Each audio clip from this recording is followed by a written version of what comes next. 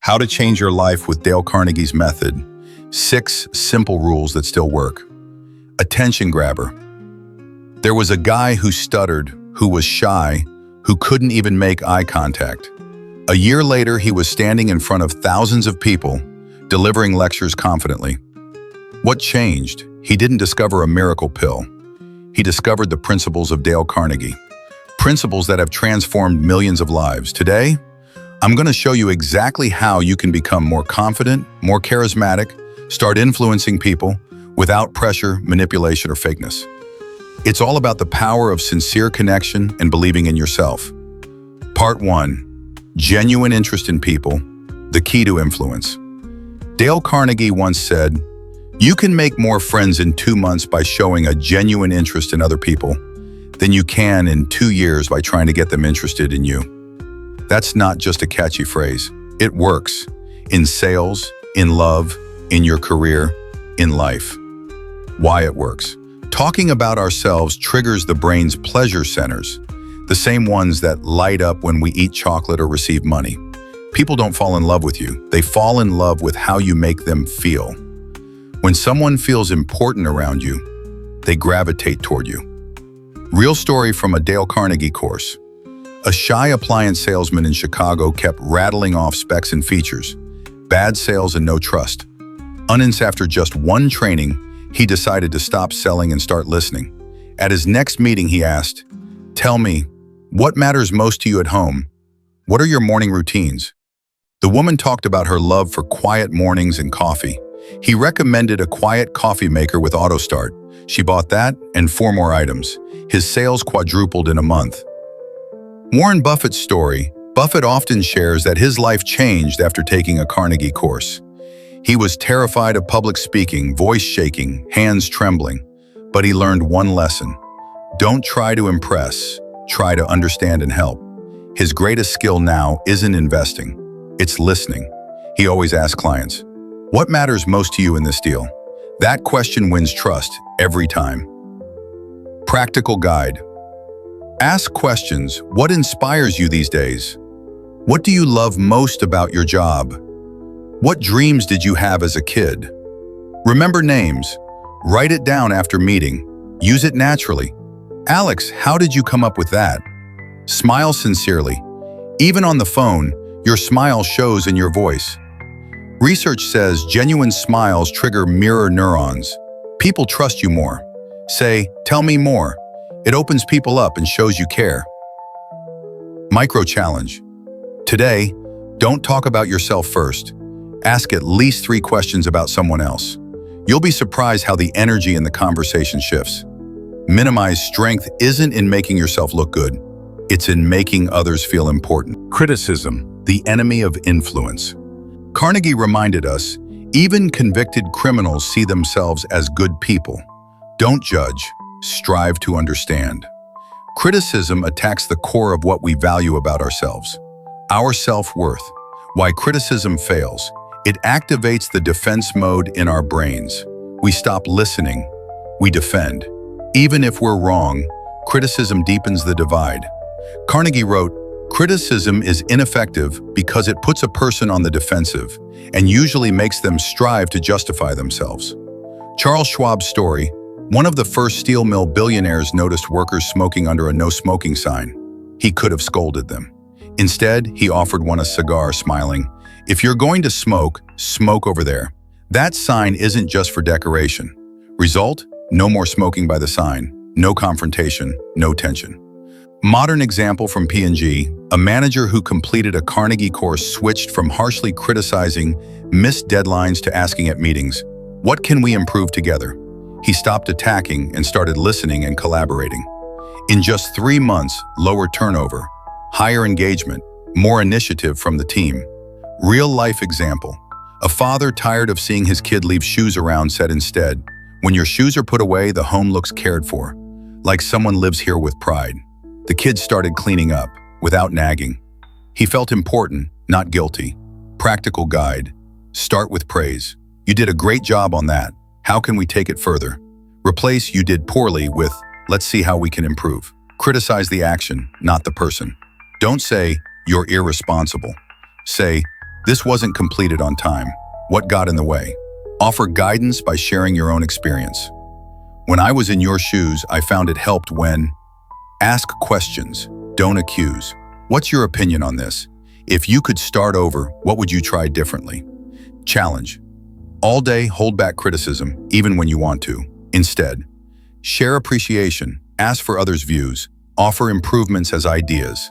Then watch the reaction. People open up when you don't pressure them. Tapping into people's desires. The art of gentle influence. The only way to get someone to do something is to show them how it's in their interest. Dale Carnegie. So often we speak in, I need you to do this. I need you to come. I need you to understand. That's not motivation. That's demands. The solution? Speak their language. Kid in the messy room, not you must clean. Instead, want to play your Lego without losing pieces? A tidy room makes it so much easier. Colleague and help on a project, not I need help, but your expertise could make us shine in front of the client. Want to take the lead and be our MVP? Bank story from Carnegie. A banker couldn't convince a client to renew. He'd say, "It matters to us. We have a good reputation." Carnegie taught him to ask, "What's most important to you?" Turns out, the client wanted speed and flexibility. He offered a personal 24-hour response line. Client renewed, because their needs were being addressed. Psychology insight. People act in their self-interest always. Helping someone equals they feel good too. Carnegie nailed it. You can't make people do something. You can inspire them by showing how it connects to what they want. Husband and wife trip. Initial pitch, "I'm bored without you. Can't you just come?" Result, "No." Then, "You've been feeling stuck in the routine. Imagine sunshine, new city scenes, relaxing while I work. Want to steal away together?" She said yes, because it spoke directly to her. How to use it. Ask yourself, what matters most to them? Reframe your ask as benefit. Not "I want you to come." You'll get fun, relaxation, clarity. Use phrases. "You love X? This is right up your alley." This will help you achieve Y. Remember when you wanted to try Z? Now's your chance. Use personalized framing. "Can you come to the party?" becomes "Your insight would make it meaningful." It'll be fun, you'll catch up with friends, cleanse your mind. Micro challenge. Today, try one request rephrased so it benefits the other. For example, "You love meeting new people. Want to come with me to this event? It'll be fun and relaxing." Put it in real language and you'll notice how people respond. Belief in people, unlocking growth. Carnegie said, give someone a reputation to live up to, and they'll do their best to match it. Believing in someone shapes their behavior far more than telling them what to do. Why belief is powerful. Our identity is built partly on what others say about us. Constant criticism or negative labels, "You don't measure up," "You're lazy," "You can't," become self-fulfilling. But one kind word like, "I believe in you," can become their internal compass. Story, the scene student. A struggling student got average grades and was labeled unmotivated. Ritalia, a biology teacher, saw something different. He noticed the student's keen eye for detail in class. He said, "You're so observant, you might become a scientist. I haven't seen that in everyone." After that, the student started taking notes, reading books, asking questions.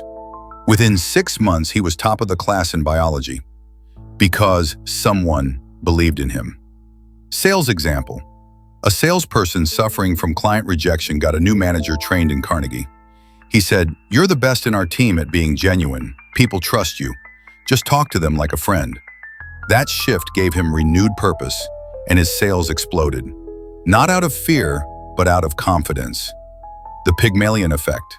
In the 60s, researchers told teachers certain students were late bloomers, randomly selected. 6 months later, those kids actually performed better. Why? Teachers expected more, treated them differently, taught them differently. This is the Pygmalion effect. People grow into the identities we assign them. How to believe effectively. 1. Acknowledge strengths. You have a sharp eye for details. You're dependable. You have natural empathy. 2. Celebrate small steps. You asked a question. That's growth. 3. Assign roles of meaning. You're our strategist. You're the team's peacemaker. You're the listening expert. 4. Speak belief plainly. I believe in you. These 4 words can change a life. Challenge. Think of someone with untapped potential, a coworker, a teen, a friend. Tomorrow say, "You're more capable than you know. I see something really special in you." Watch their posture, tone, energy. You might be the first person who truly believed in them. Confidence equals practice focus on others. Confidence isn't a loud voice, it's not cockiness, and it's definitely not "I'm better than everyone else." True confidence is a quiet calm that grows inside you when you stop thinking only about yourself and start focusing on how you can help others. Why do we lose confidence? Because when we're in the spotlight, our brain goes into self-monitoring mode. What if I say something dumb? What will they think? Consolation. What if I mess up? That tension shuts down your voice, your body, your energy. Yumbai. I freeze. Not because you're not capable, but because you're overthinking. Carnegie said it best. You're not afraid of public speaking. You're afraid of the audience. Or more precisely, afraid of what they'll think of you. The solution? Shift your focus away from yourself and onto the people you're speaking to. Real story from a Carnegie course. A young engineer was terrified of speaking in meetings. He stuttered. He couldn't finish sentences. His hands shook. At the course, he was asked just one question. What do you want your listeners to walk away with? For the first time, he wasn't thinking about himself. He was thinking about being useful. Next meeting, he began, "Team, I found a solution that could cut our project time in half." Everyone went quiet. They listened, collaborated, clearly, confidently.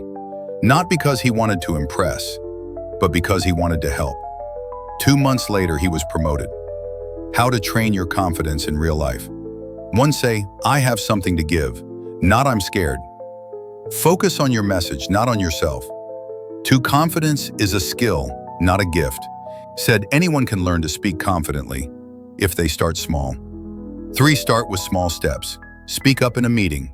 Practice in front of a mirror. Share a short idea with a friend. One of our testamenting Jesus when. In essentially that outside being. Record a quick video and re-watch it. Not to judge, but to notice your growth. 4. Prepare, but don't memorize. Confidence equals understanding the topic plus belief in your purpose. Be yourself, just the stronger version. 5. Use body language. Stand tall. Your brain believes you're confident. Breathe deep. Anxiety drops. Eye contact to connection. Carnegie's advice. If you want to be confident, do the thing you fear and do it again. That's how strength is built. Story: Richard Branson. As a young man, Branson was shy and had trouble speaking. He hated public attention. Actually, he made a decision. If I want to inspire people, I need to express my ideas. He started small. Notes, interviews, rehearsals. Today, he's one of the most charismatic business leaders in the world. His secret? He never stops learning. But more importantly, he focuses on people, not on his image. Micro challenge for the viewer. Tomorrow, take the 6 timeless rules from Dale Carnegie. These are 6 principles you can start using today. Show genuine interest in others. Smile sincerely. Remember names. Listen without interrupting. Avoid criticism. Give praise. Inspire, believe, and encourage. Carnegie said, "The secret of success lies in the ability to get along with people." You can be smart, talented, hardworking, but if you don't know how to understand, feel, and uplift others, you're missing half your power. But if you apply even 3 of these principles, you'll be amazed at how people respond. More trust, more opportunities, more respect, including your own. Comment below. Principle are you ready to apply? Share this video with someone who wants to grow in confidence. And remember, sincerity is the strongest strategy. See you soon, and good luck on your journey of growth.